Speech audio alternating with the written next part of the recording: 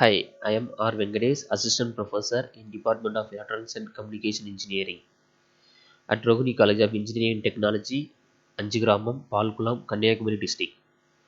Now I am going to present a topic in optical communication and the title is Scattering Losses. After the completion of this topic, student will be able to explain about the basic concept of scattering losses in optical fiber and its type. Introduction. Scattering losses. So scattering losses in a glass fiber arise due to the following factor. So it is arise due to the following factors such as microscopic variation in density of the fiber material, compositional fluctuations, structural inhomogeneities, structural defects in fiber. So as a glass is composed by randomly connected networks of molecules and several oxides. So these are the major cause of compositional structural fluctuations. So this will give the rise of refractive index variation within the glass over distance that are small compared with the wavelength. So these index variations causes a scattering of light which is named as ray light scattering. Then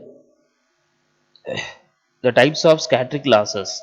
Scattering losses is classified into two different classes. So one is linear scattering losses and another one is non-linear scattering losses.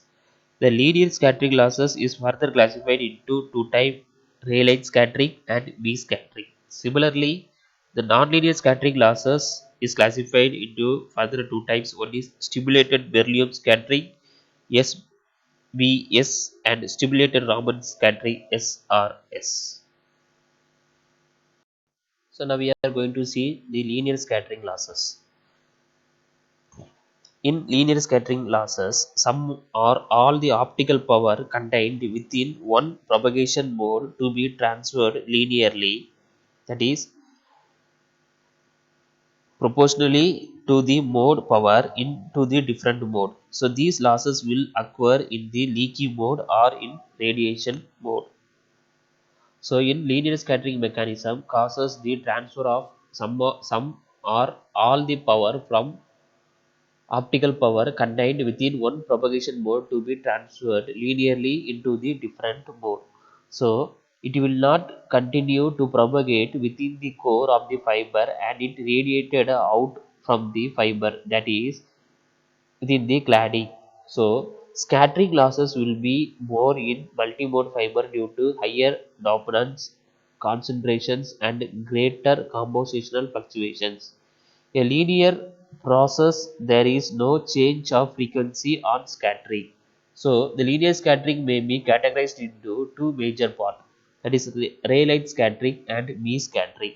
Rayleigh scattering, this loss is arise of microscopic variation in the material density and composition. So in Rayleigh scattering is the dominant intrinsic loss mechanism in the ultraviolet region. Its tail expand up to infrared region. So in Rayleigh scattering is the fundamental loss mechanism arises from the local microscopic fluctuation in density. So the density fluctuations lead to random fluctuation of refractive index on a scale smaller than to the optical wavelength lambda. So the light scattering in such a medium is known as Rayleigh scattering. So in a fiber glass is composed by randomly molecules and several oxides such as SiO2, GeO2, P2 and O5. Changes in Ri of a core and cladding due to slight fluctuation in mixing of ingredients and changes in density of the silica. When a light ray strikes, it gets scattered in all directions. So the amount of scatter depends on the size of the discontinuity and it produced an attenuation which is proportional to 1 by lambda power 4. So the Rayleigh scattering in the glass is the same phenomena that scatter light from the sun in the atmosphere which is arises in blue sky. So the scattering is the amount in all directions and produce the attenuation which is proportional to 1 by lambda power 4.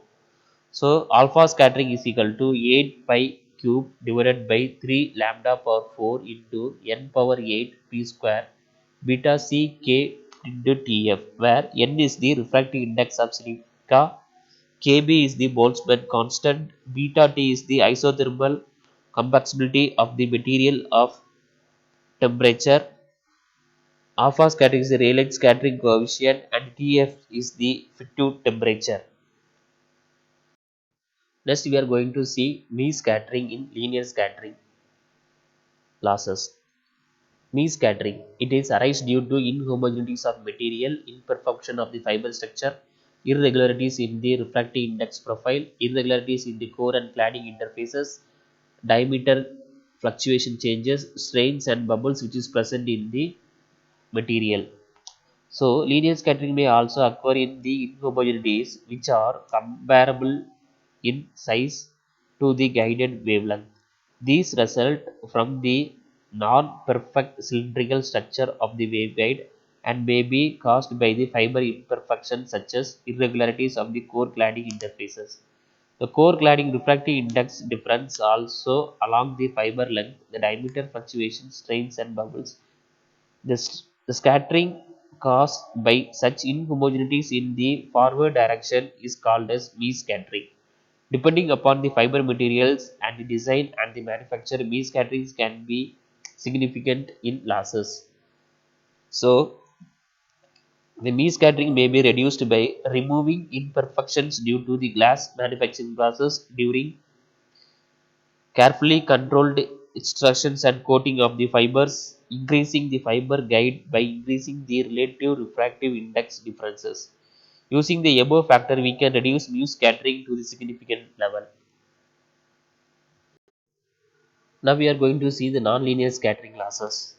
The nonlinear scattering losses causes the optical power from one node to be transferred in either the forward or backward direction to the same or other node at a different frequency. So here the several nonlinear effects occurs. The scattering causes disproportionate attenuations at a higher optical power level.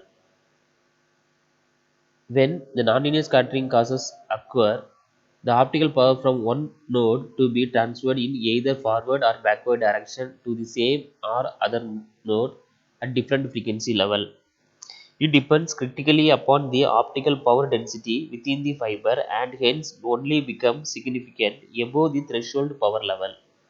So, the most important type of nonlinear scattering within the optical fibers are stimulated Beryllium scattering (SBS) and stimulated Raman scattering (SRS).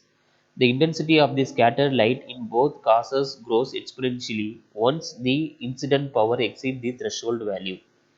Both are usually observed in higher optical power densities in long single mode fiber. These scattering mechanisms gives rise to optical gain but with shift in frequency. So now we are going to see the stimulated beryllium scattering SBS. SBS may occur when the light is modulated through the thermal molecular vibration within the fiber. The scatter light appears as upper and lower sideband which are separated from the incident light by the modulation frequency. The incident photons in the scattering process produces a photon of acoustic frequency as well as the scattered photon. This produced an optical frequency shift which varies with the scattering angle because of frequency of the sound wave varies with acoustic wavelength. The frequency shift is found to be maximum in backward direction and reducing to zero in forward direction, which is making SBS mainly as a backward process. So the value for SBS is only significant above the threshold power density. The expression for threshold power density BP is given by 4.4 into 10 to the power minus 3 T square into lambda square alpha dB into V watts. Next, we are going to see the stimulated Raman scattering (SRS).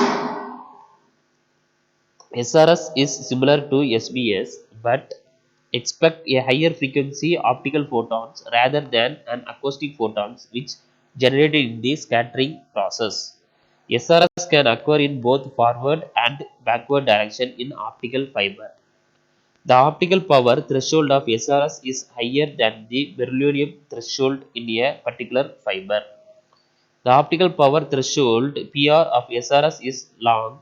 Single mode fiber is given by 5.9 into 10 to the power minus 2 d square alpha into alpha d lambda into alpha dB watts. Thank you.